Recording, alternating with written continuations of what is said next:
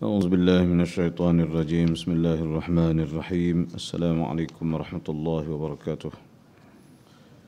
إلى حضرة النبي المصطفى محمد صلى الله عليه وسلم وإلى كافة الأنبياء والأولياء والصالحين شيء لله لهم الفاتحة. أعوذ بالله من الشيطان الرجيم. بسم الله الرحمن الرحيم. الحمد لله رب العالمين الرحمن الرحيم مالك يوم الدين إياك نعبد وإياك نستعين اهدنا الصراط المستقيم صراط الذين أنعمت عليهم غير المغضوب عليهم ولا الضالين آمين. الحمد لله رب العالمين وبه نستعين على أمور الدنيا والدين والصلاة والسلام على أشرف الأنبياء والمرسلين سيدنا ومولانا محمد وعلى آله وأصحابه أجمعين. قال رب اشرح لي صدري ويسر لي أمري واحلل عقدة من لساني يفقه قولي. سبحانك لا علم لنا إلا ما علمتنا إنك أنت العليم الحكيم. اللهم يا عليم علمنا من علمك ما ترضى به عنا ولا تؤاخذنا بما تعلمه منا. يا حليم خلقنا بخلق الحلم وحققنا بحقائق العلم. ربنا افتح بيننا وبين قومنا بالحق وأنت خير الفاتحين. ولا حول ولا قوة إلا بالله العلي العظيم. أما بعد. Alhamdulillah, pertama sekali marilah sama-sama kita mengucapkan syukur pada Allah Subhanahu wa taala. Pada malam yang penuh dengan keberkatan ini kita diberi keizinan oleh Allah untuk berada di rumah Allah Subhanahu wa taala, melaksanakan salat secara berjemaah, melaksanakan ibadah-ibadah sunat, amalan-amalan yang baik yang digalakkan untuk kita laksanakan. Kita menunggu salat Isya dan kita berada dalam majlis ilmu. Mudah-mudahan kita semua dilimpahi rahmat, keberkatan, keredaan dan keampunan daripada Allah Subhanahu wa taala. Kita sambung perbincangan kitab Hadis Qudsi pada muka surat 138 dalam tajuk, masih lagi dalam tajuk cinta Allah Subhanahu wa taala. Berdasarkan hadis qudsi, haqqat mahabbati lillazina yatasadaquna min ajli wa haqqat mahabbati lillazina yatanasaruna min ajli wala min mu'minin wala mu'minatin yuqaddimu lillahi thalathata awladin min sulbihi lam yablughul hinsa illa adkhalahu Allahul jannah bifadli rahmatih. Mereka yang bersahabat kerana aku berhak memperolehi cintaku, dan mereka yang saling membantu antara sesamanya kerana aku berhak memperolehi cintaku, dan tiadalah seorang mukmin lelaki ataupun perempuan berserah diri kerana Allah atas kematian 3 orang dari antara anak kandungnya yang belum dewasa, pasti Allah memasukkannya ke dalam syurga dengan limpah kurnia rahmat Allah Subhanahu wa taala. Dalam perbincangan kita yang lepas berkaitan dengan golongan yang dicintai oleh Allah Subhanahu wa taala yang disebut oleh Nabi sallallahu alaihi wasallam berdasarkan hadis yang berkaitan. Malam ni kita masuk kepada perkara yang ke-25. Muka surat 138, perkara yang ke-35, iaitu nama yang baik. Nama yang baik. Sabda Rasulullah sallallahu alaihi wasallam, sesungguhnya nama-nama yang disukai Allah ialah Abdullah dan Abdul Rahman. Ini salah satu yang disebut oleh Nabi sallallahu alaihi wasallam, menggambarkan nama-nama yang baik ini juga adalah orang-orang yang disukai oleh Allah Subhanahu wa taala. Nama merupakan alamat ataupun tanda pengenalan bagi seseorang. Itu nama. Maknanya kita ini ada tanda kita untuk dikenali oleh orang. Kalau kita ni tidak ada nama, orang nak panggil apa? Macam mana sekalipun orang akan panggil kita. panggil dengan sesuatu benda, sesuatu nama. Jadi dengan sebab itulah Islam menitik beratkan berkaitan dengan nama. Bahkan Nabi SAW menggariskan dalam hadis berkaitan dengan nama-nama yang disukai oleh Allah Subhanahu wa taala, berkaitan dengan nama itu. Oleh itu pemberian nama kepada anak yang dilahirkan merupakan kewajipan ibu bapa. Maknanya ibu bapa lah pastikan nama yang diberikan itu mempunyai makna yang baik, mempunyai maksud yang baik. Dengan wujudnya nama, maka seseorang itu boleh dikenali dan begitu juga nasabnya diketahui dengan mudah. Jadi keturunan kita mengenali Nabi sallallahu alaihi wasallam dari sudut nasab. Nabi kita Muhammad sallallahu alaihi wasallam sehinggalah kepada Nabi Ismail alaihi salam. Nasab Nabi kita ni sampai kepada Nabi Ismail alaihi salam. Nabi Ismail anak kepada Nabi Ibrahim alaihi salam. Maknanya sampai kepada Nabi Ibrahim dengan nama-nama yang wujud yang dinamakan oleh ibu bapa mereka masing-masing, sehinggalah kita dapat mengenali susu galur nasab keturunan seseorang. Kita juga begitu. Ada orang dia suka kaji keturunan dia. Dia ni keturunan daripada mana? Nama dia sekian-sekian, bin sekian-sekian. Datuk dia nama apa? Datuk pada datuk ayah kepada datuk dia nama apa? Sehinggalah beberapa lapis yang mampu dia sampai. Yang mampu dia sampai. Kalau macam ustaz sampai kepada kita panggil Muhammad Firdaus bin Ahmad bin Daud bin Yaqub, itu saja. Lepas tu tak tahu dah. Ada orang dia kaji lagi. Sampai mana dia? Keturunan dia start daripada asal daripada mana? Adakah betul daripada Malaysia, daripada Melayu, tanah Melayu, ataupun ada keturunan-keturunan lain daripada China ke, daripada Thailand ke, macam-macam. Jadi dengan nama itu kita dapat mengenali nasab dan mudah untuk diketahui keturunan kita. Bayangkan jika nama tidak wujud pada seseorang, pelbagai urusan duniawi menjadi sukar dan mustahil seseorang itu dapat hidup dalam keadaan normal. Payahlah. Binatang pun ada nama dia. Kalau tak ada nama, kita bagi nama kat dia. Orang bagi nama. Bagi nama dekat dia. Kita ada akal. Binatang tak ada akal. Siapa yang menamakan lembu? Manusia lah lembu. Asal-usul dinamakan lembu kita pun tak tahu. Boleh kaji sendirilah. Bagaimana boleh letak nama. Kalau tak ada nama sekalipun benda baru berjumpa, akan dikaji untuk diletak nama berdasarkan keadaan dia. Menurut majoriti antaranya para ulama mazhab Syafi'i menyatakan bahawa disunatkan memberi nama kepada anak pada hari ke-7 kelahiran. Ini dari sudut amalan yang disunatkan. Apabila kelahiran berlaku, maka kita dalam mazhab Syafi'i, khasnya kita orang Islam, disunatkan untuk kita menamakan anak itu pada hari ke-7. Dia bila dilahirkan seseorang, dia ada tahnik, dia ada akikah, dia ada cukur rambut, dia ada menamakan dia, letak nama. 3 perkara 4 perkara ni biasanya akan dilakukan pada peringkat awal kelahiran. Tahnik ni buat ketika mana selepas dilahirkan, segera. Maknanya bila dilahirkan, tahnikkan anak tu. Ambil kurma ke, lalukan di bibir dia. Kalau ulama dia ambil kurma tu, dia basahkan kurma, lepas tu dia masukkan dalam mulut dia, biar kena air liur dia ataupun lelangit dia, dia keluarkan, dia masukkan dalam mulut bayi tersebut, supaya Allah Ta'ala merahmati bayi itu, hasil daripada keberkatan yang ada pada ulama. Paling-paling kurang kita ambil air zam-zam ke, masukkan dalam mulut bayi tersebut. Itu cara tahnik. Bila buat? Selepas dilahirkan. Siapa yang buat? ayah dia ataupun sesiapa sahajalah.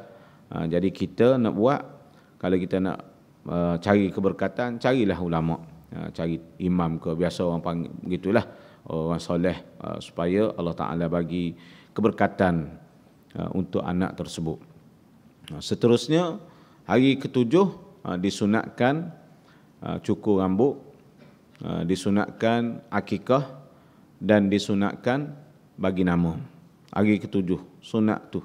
Sunat letak nama tu. Tak nama hari ketujuh. Mungkin dah rancang nama sekian-sekian, dah bincang dengan isteri apa semua sekali, dengan minta dengan orang-orang alim nak letak nama, dah diberi nama, kita simpan dulu. Isytihar bila? Istilah isytihar hari ketujuh. Kita sebut Allahumma sammainahu kalau kita ramai-ramai, kalau lelaki. Allahumma sammaituhu kalau kita seorang, saya menamakan dia, bayi lelaki ini, sekian-sekian. Allahumma sammainaha, kami menamakan bayi ini sekian-sekian. Ataupun Allahumma sammaituha, kami menamakan nama bayi ini dengan nama sekian-sekian. Lepas tu kalau sekiranya ada kemampuan, sembelih kambing sebagai akikah.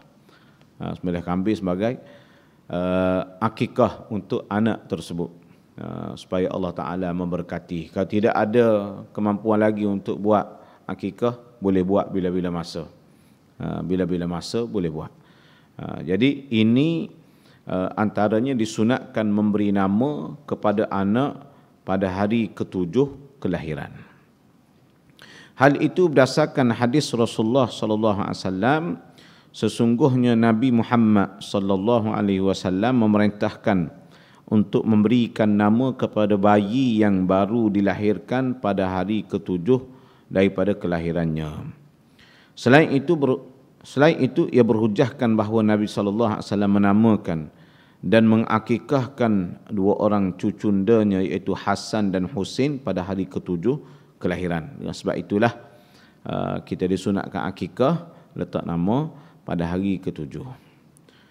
Namun begitu, Imam Nawawi rahimahullah dalam karangannya Rawdatul Talibin menyatakan bahawa diharuskan seseorang anak itu diberi nama sebelum mencapai 7 hari kelahiran. Maknanya bukanlah berdosa lahir-lahir kita nak letak terus anak, nama anak. Tidak berdosa, tak ada masalah. Benda itu adalah harus berdasarkan apa yang disebut oleh Al-Imam Nawawi rahimahullah dalam mazhab Syafi'i. Jadi tak ada masalah. Cumanya sunat hari ketujuh. Sunat kita isytiharkan nama tu pada hari ketujuh.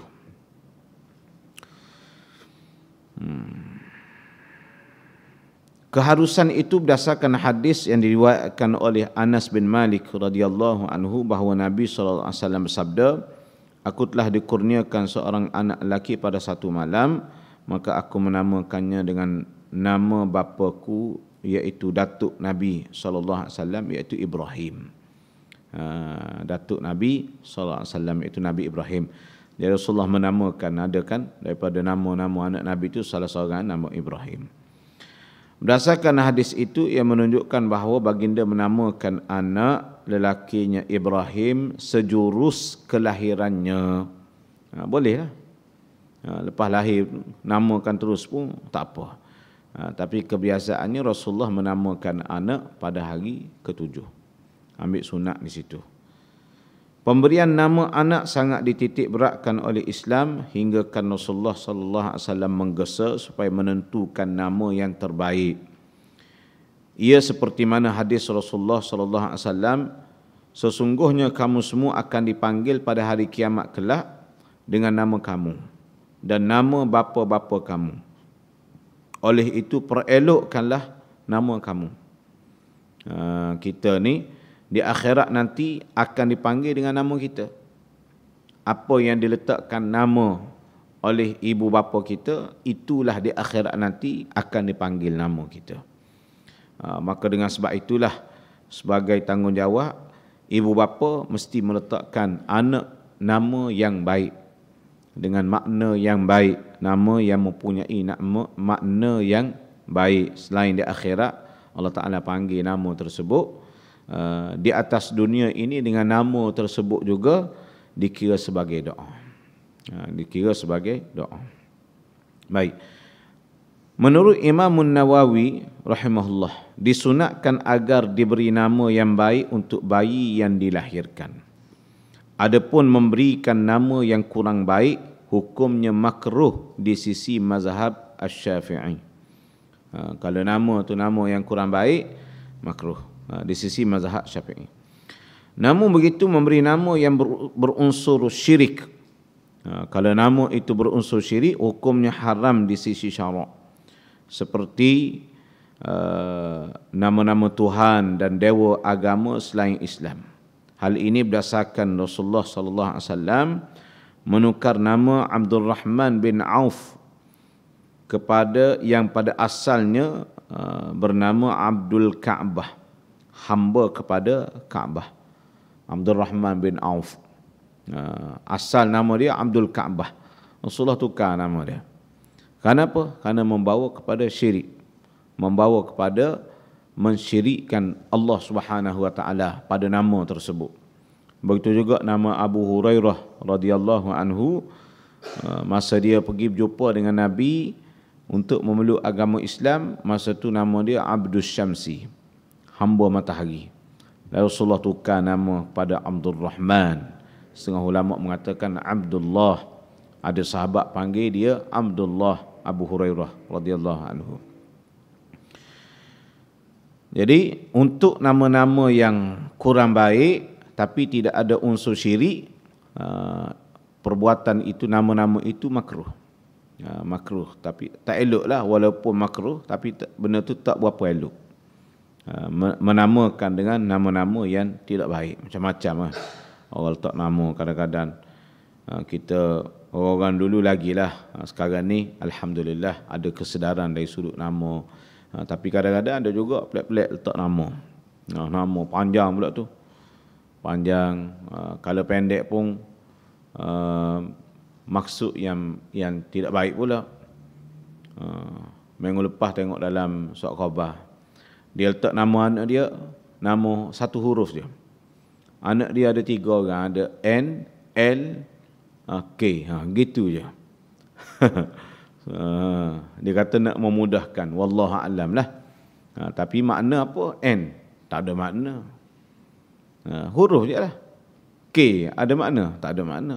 L, seorang nama L, seorang nama K, seorang nama N. Begitu je. Baik. Terdapat riwayat yang lain dalam Sahih Al-Bukhari bahawa Rasulullah sallallahu alaihi wasallam menukar nama sahabat yang kurang elok, iaitu Haznu. Haznu bermaksud sedih. Haznu, al-haznu, sedih. Lalu baginda sallallahu alaihi wasallam menukar namanya kepada Sahlun, yang bermaksud mudah. Sahlun. Namun lelaki itu enggan menukar namanya seperti yang dicadangkan oleh baginda sallallahu alaihi wasallam kerana mahu kekal dengan nama yang diberikan oleh bapanya. Nama yang paling disukai oleh Allah dan Rasulullah sallallahu alaihi wasallam ialah nama Abdullah dan Abdul Rahman, sebagaimana hadis yang kita bacakan tadi. Yang paling disukai oleh Allah Subhanahu wa taala ialah Abdullah dan Abdul Rahman, atau dinisbahkan dengan nama-nama, dengan mana-mana nama Allah Subhanahu wa taala yang tercatat dalam Asmaul Husna. Rasulullah sebut nama yang disukai oleh Allah ialah Abdullah dan Abdul Rahman. Maknanya nama Allah ni banyak, 99. Boleh letak Abdul Rahman, Abdul Samad, Abdul apa lagi, Abdullah, hamba Allah, hamba apa ni yang penyayang, maha penyayang, itu Allah Subhanahu. Merujuk kepada nama-nama Allah Subhanahu wa taala.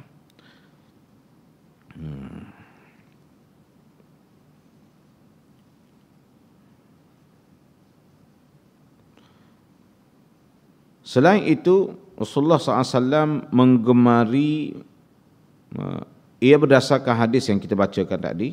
Selain itu, Rasulullah SAW menggemari nama-nama para Nabi dan Rasul.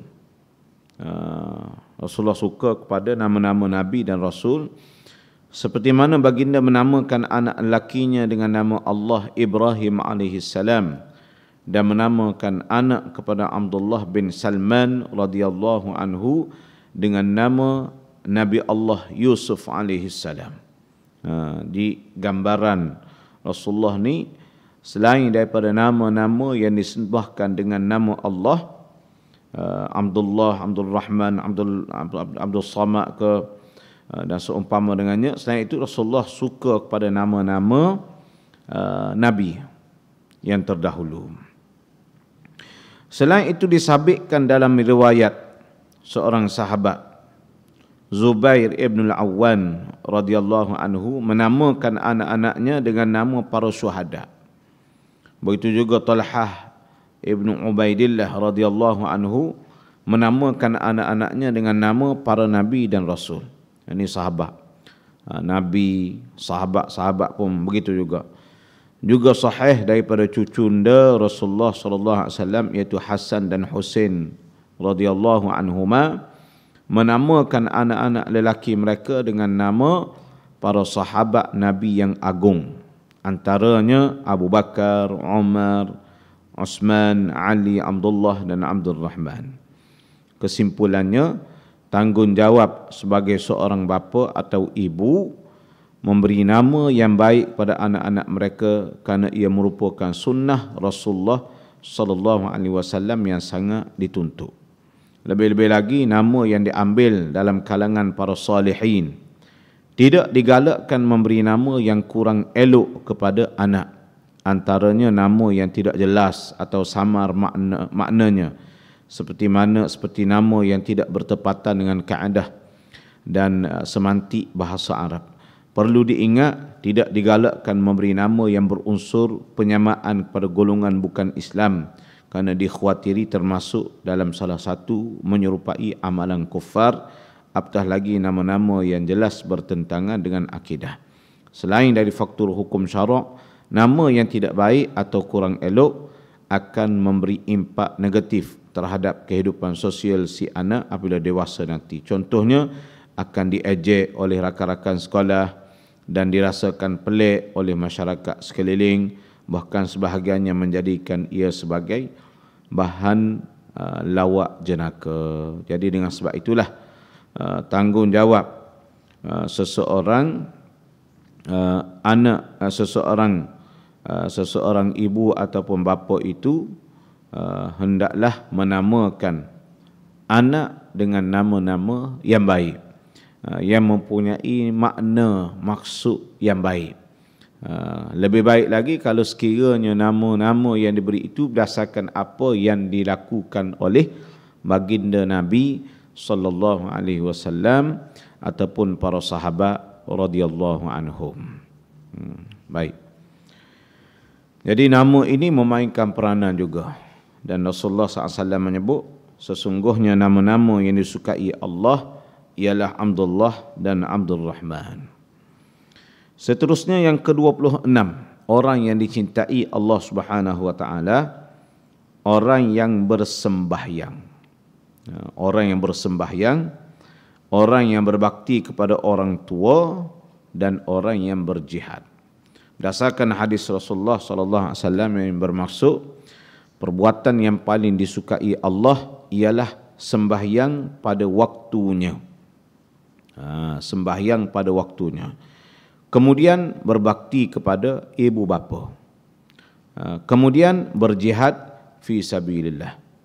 Tiga perkara yang disebut antara yang disebut oleh Nabi sallallahu alaihi wasallam dalam hadis.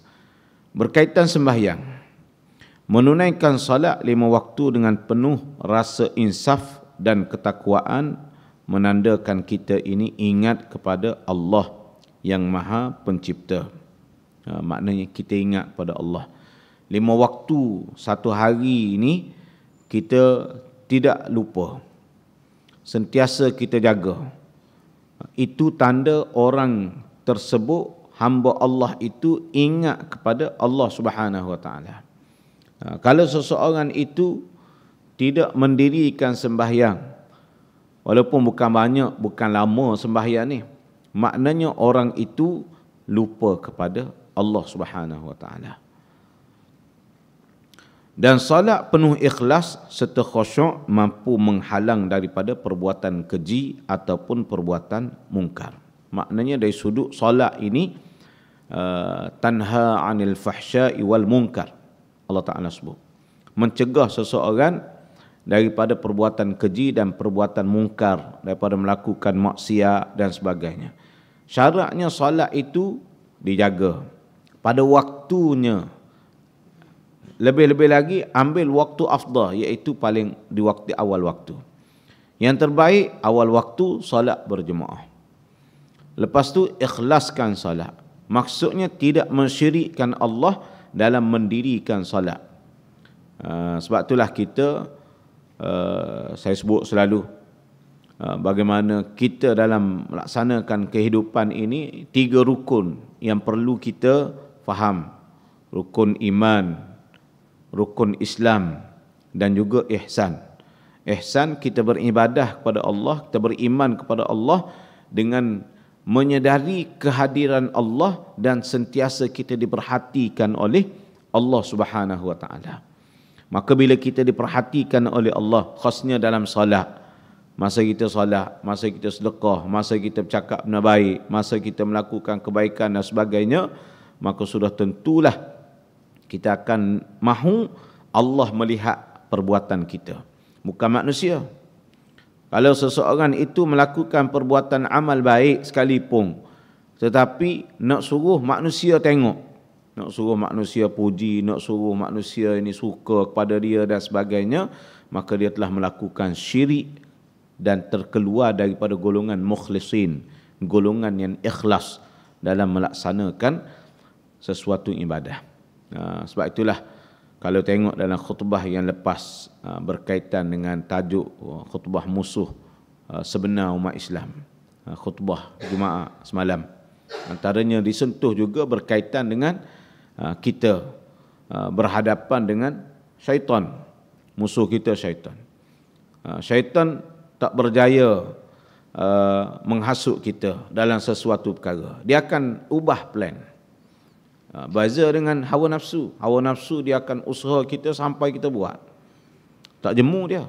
Syaitan ni dia ubah strategi. Orang ni strategi dia cara lain. Orang yang kuat ibadah strategi yang cara lain. Orang yang malas beribadah dia berjaya. Berjaya menghasut. Orang yang kuat beribadah strategi dia menghasut supaya ibadah yang dilakukan itu bukan kerana Allah Subhanahu wa taala.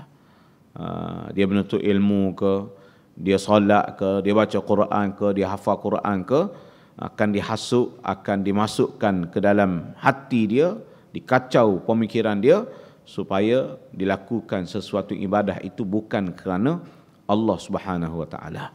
Sebab itulah kita kena faham betul-betul dalam bab ihsan ini. Pastikan dalam bab ihsan ini masuk dalam setiap amal ibadah kita. Menurut Muhammad Abdul Malik Az-Zaghabi dalam bukunya Malang Kita Tidak Solat, beliau telah menjelaskan mengenai 5 golongan. 5 golongan yang menunaikan solat. Pertama, mu'aqqab, bermaksud golongan yang diazab. Golongan yang diazab siapa? Iaitu orang yang menunaikan solat tetapi tidak melaksanakannya dengan sempurna. Kumpulan ataupun individu daripada kelompok al-mu'aqqab ini banyak mengabaikan perkara berkait rapat aspek syarat sah solat, serta perkara berhubung rukun solat. Maknanya dia solat tak tahu dia buat apa. Orang suruh solat, dia solat, tetapi dia buat apa pun tak tahu. Wuduk pun kita ambil, kalau ambil wuduk pun wuduk tak sah. Pakaian dalam keadaan kotor, masuk tandas, keluar dalam keadaan marah, mak ayah suruh solat, bangun dalam keadaan, lepas tu pergi masuk bilik air, buang air, kena najis dekat pakaian, pakai begitulah, tahu kena najis, Keluar ambil wuduk pun tak tahu macam mana, pergi sembahyang. Hanya untuk melepaskan diri daripada dimarah, itu saja. Kadang-kadang duduk saja. Masuk dalam bilik, tutup pintu, duduk. Tak nak solat. Tak nak solat. Kalau solat pun cepat-cepat. Ataupun solat yang 4 rakaat jadi 1 rakaat. Ayah tanya dah siap? Dah, siap dah. Ini golongan yang diazab oleh Allah Subhanahu wa taala. Jadi dia mengabaikan perkara-perkara aspek syarat solat dan juga berhubung rukun-rukun solat. Selain itu, aspek kebersihan, wuduk dan penyucian diri tidak dipelihara dengan baik. Mereka hanya sekadar menunaikan solat dan sering melambat-lambatkan solat. Ada kala tidak melaksanakan solat.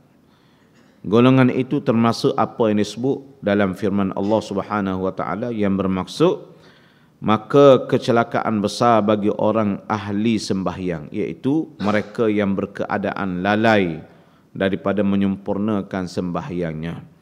Juga bagi orang yang berkeadaan riak, yakni berbangga diri dalam ibadah dan juga bawaannya.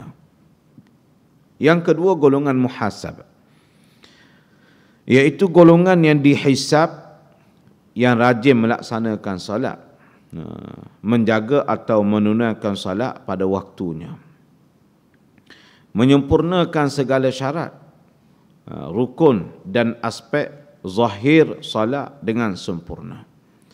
Aspek kebersihan diri, pakaian, tempat dan waktu cukup sempurna dijaga. Rukun, syarat sah salat, rukun salat, kebersihan, taharah, waktu solat pun dia tepat, dia jaga. Satu aspek yang mencacatkan golongan muhasib ini ialah ibadat solat mereka dari segi kekhusyukan atau kehadiran hatinya. Khusyuk ni dua pandangan ulama. Kalau mazhab kalau Al-Imamul Ghazali rahimahullah dan juga golongan yang sealiran dengan berkaitan dengan khusyuk ini mewajibkan khusyuk dalam solat. Maknanya kalau tidak khusyuk tak sah solat. Tetapi jumhur ulama masuk mazhab Syafi'i dan seumpama dengannya mengatakan khusyuk ni sunat. Sunat. Kalau ikut mazhab kalau ikut pandangan Imam Ghazali rahimahullah wajib solat ni. Wajib khusyuk ni. Dalam solat wajib. Nasib baik jumhur ulama, banyakkan sebilangan besar ulama mengatakan sunat khusyuk dalam solat ni. Kita di akhir-akhir zaman ni payahlah. Macam-macam perkara nak kena fikir ni. Kadang-kadang termasuk benda-benda yang luar tu dalam fikiran kita dalam solat. Dari sudut pahala pun begitu juga. Berbeza berdasarkan khusyuk seseorang. Gagal khusyuk dan fokus terhadap ibadah solat yang dilakukan. Ini golongan yang kedua, muhasab. Sebaliknya hati, perasaan dan tumpuan hilang entah ke mana menyebabkan hilang khusyuk. Solat tu sah, tetapi pahala kurang. Solat tu sah. Yang mula-mula tadi tak sah solat. Yang kedua ni, golongan kedua, solat sah, tetapi pahala kurang. Kerana khusyuk tidak ada. Kalau ada sedikit, setakat itulah. Bagaimana sebut oleh Nabi SAW, setakat yang ada khusyuk dalam solat. Setakat yang lepas sah tu beres. Manakala pahala, Allah Ta'ala bagi berdasarkan keadaan khusyuk dia.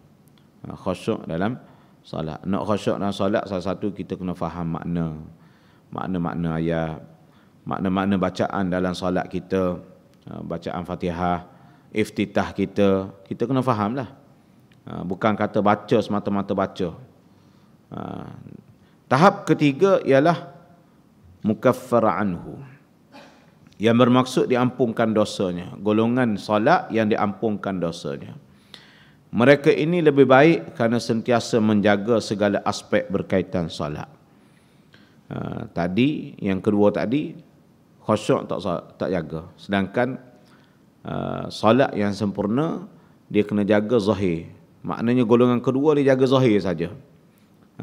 Batin dia tak jaga. Dia ada khusyuk hati, khusyuk anggota. Dia jaga khusyuk anggota saja. Khusyuk batin dia tak jaga. Manakala yang ketiga ini, mereka ini diberi pahala oleh Allah, diampunkan dosa oleh Allah. Dia jaga segala aspek berkaitan solat, melaksanakan segala yang wajib, rukun, sunat, serta bersungguh-sungguh menjaga kesempurnaan solatnya.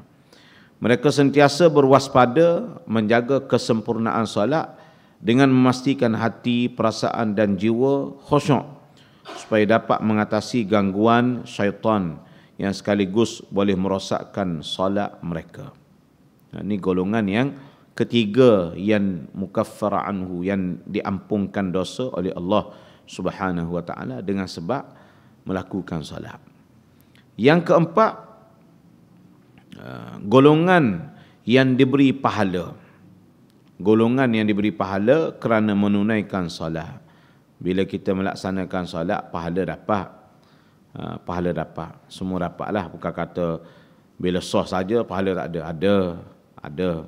Sebab dalam solat tu kita ada zikir dan sebagainya. Ada baca Quran.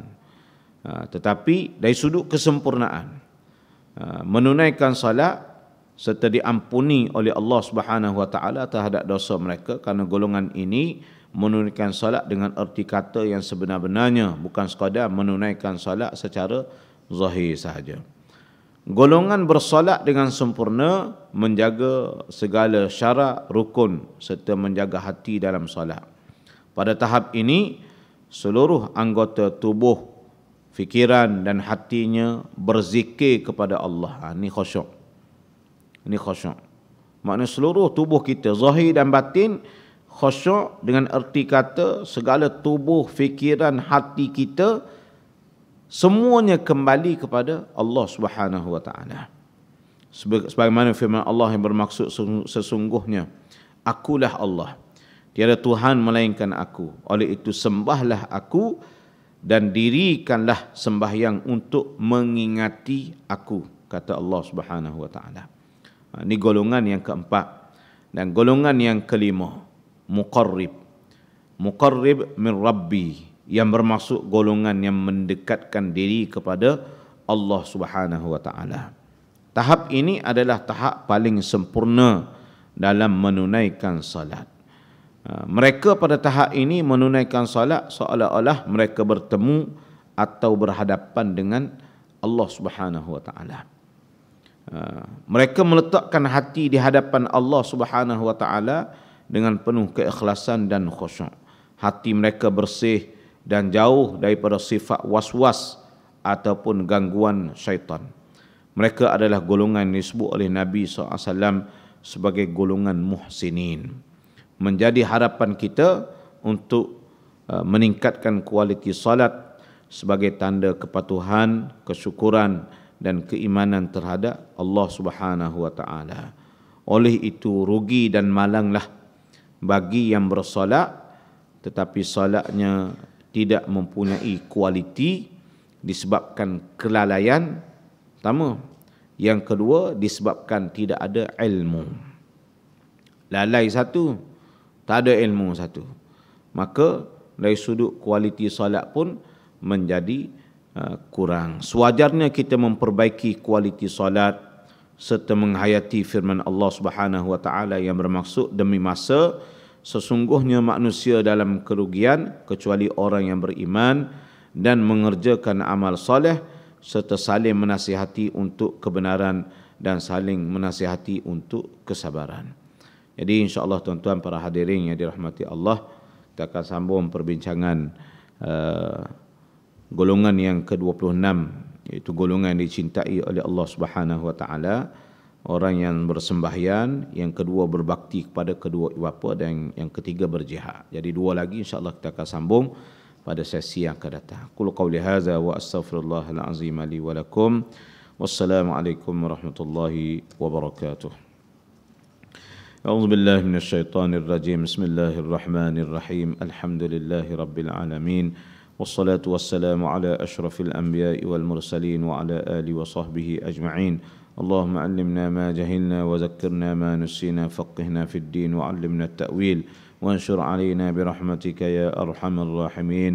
ربنا آتنا في الدنيا حسنة وفي الآخرة حسنة وقنا عذاب النار. وصلى الله على سيدنا محمد وعلى آله وصحبه أجمعين والحمد لله رب العالمين. تقبل الله منكم.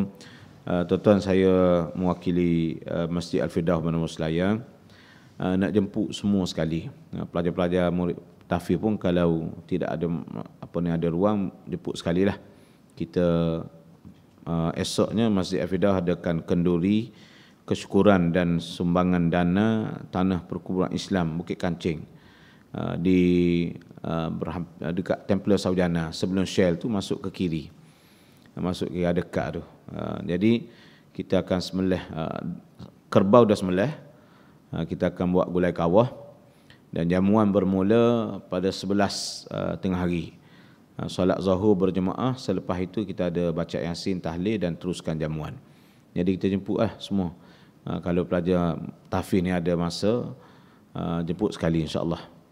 Dan semua sekalilah ahli-ahli jemaah surau dijemput untuk ke kenduri kesyukuran Masjid Al-Firdaus Bandar Selayang pada esok hari di Templer Saujana, di Taman Templer Saujana Surau Al-Ikhlas. Ada dekat alamat tu ada dekat kad jemputan tu. Wallahu a'lam.